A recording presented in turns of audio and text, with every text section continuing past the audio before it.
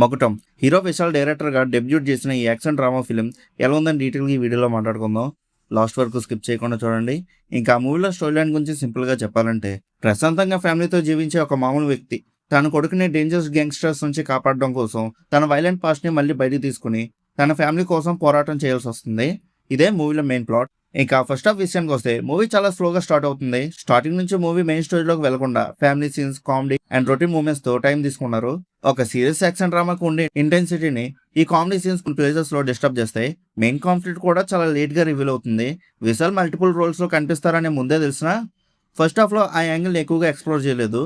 దానివల్ల first half లో కొన్ని సీన్స్ చూస్తుంటే స్టోరీ ఎక్కడికి వెళ్తుందో ఏంటో అనే ఫీలింగ్ కూడా వస్తుంది. కానీ ఇంటర్వెల్ ముందు మాత్రం మూవీ కొంచెం స్పీడ్ అందుకుంటుంది. Action blocks, interval fight and GV Prakash BGM కలిసి మంచి ఎలివేషన్ ఇస్తాయి. ఫస్ట్ హాఫ్ మొత్తం స్లోగా ఉన్నా ఇంటర్వెల్కి వచ్చేసరికి సెకండ్ హాఫ్ మీద క్యూరియాసిటీ అనేది క్రియేట్ అవుతుంది. సెకండ్ హాఫ్ ని ఫస్ట్ హాఫ్ తో కంపేర్ చేస్తే మూవీ కొంచెం బెటర్ గా అనిపిస్తుంది. Especially flash back scene open అయ్యాక డాన్ లింగా క్యారెక్టర్ ఎంట్రీ ఇచ్చిన తర్వాత మూవీకి కొంచెం ఎనర్జీ వస్తుంది. విశాల్ ఆ క్యారెక్టర్ లో body language, attitude and dialogue డెలివరీతో బాగా ఇంప్రెస్ చేస్తారు. డాన్ లింగా క్యారెక్టర్ ని స్క్రీన్ మీద ప్రజెంట్ చేసిన వే కూడా మాస్ ఆడియన్స్ కి బాగా కనెక్ట్ అవుతుంది.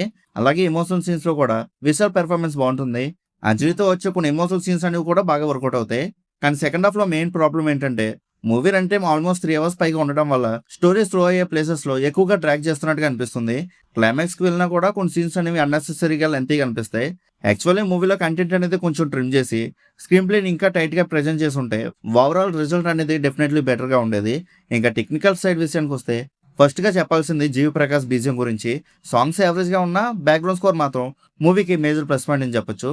Especially don Linga entry scenes, action blocks and interval moments లో బీజం సీన్స్ ని ఇంకా బాగా ఎలివేట్ చేసింది. యాక్షన్ కొరియోగ్రఫీ కూడా బాగుంటుంది. దిలీప్ సుబ్రాయన్ డిజైన్ చేసిన ఫైట్స్ లో రా అండ్ మంచి మాస్ ఫీల్ అనేది కనిపిస్తుంది. Interval block and climax action sequences లో మాస్ ఆడియన్స్ కి మంచి హై ఫీల్ ఇస్తాయి. సినిమాటోగ్రఫీ కూడా మూవీకి plus point. Night sequences, white shots and action sequences ని గ్రాండ్ గా ప్రెజెంట్ చేశారు. విశాల్ డైరెక్టర్ గా మూవీని విజువల్ గా బిగ్ స్కేల్ లో చూపించాలనే ఎఫర్ట్ క్లియర్ గా కనిపిస్తుంది. కానీ టెక్నికల్ డిపార్ట్మెంట్ లో బిగ్గెస్ట్ మైనస్ ఎడిటింగే. మూవీ లెంత్ కొంచెం రెడ్యూస్ చేసి ఫస్ట్ హాఫ్ లో రొటీన్ సీన్స్ ని కట్ చేసి మెయిన్ స్టోరీని ఫాస్ట్ గా మూవ్ చేసి ఉంటే మూవీ ఇంపాక్ట్ అనేది చాలా బెటర్ గా ఉండేది. పెర్ఫార్మెన్సెస్ విషయానికి వస్తే విశాల్ మూవీ మొత్తాన్ని క్యారీ చేయడానికి సిన్సియర్ గా ట్రై చేశారు. ఎస్పెషల్లీ డాన్ లింగా క్యారెక్టర్ లో ఆయన స్క్రీన్ ప్రెసెన్స్ మాత్రం చాలా బాగుంటుంది. మిగతా సపోర్టింగ్ క్యాస్ట్ వాళ్ళు అయితే వాళ్ళకి ఇచ్చిన రోల్స్ వాళ్ళు డీసెంట్ గా పెర్ఫార్మ్ చేశారు. ఓవరాల్ గా మూవీలో పాజిటివ్స్ చూస్తే GV Prakash BGM, Vishal performance, Don Linga character, action blocks and cinematography main highlights. Negatives అయితే long run time, slow first half, routine screenplay, కొన్ని outdated comedy scenes and predictable moments మూవీకి major minus points. So final గా చెప్పాలంటే movie అయితే below average గా అనిపించింది.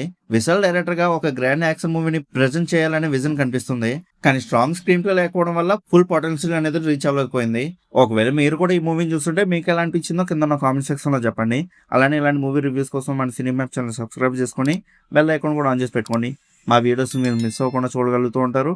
ఇంకా మళ్ళీ మనం నెక్స్ట్ వీడియోలో కలుసుకుందాం. బై.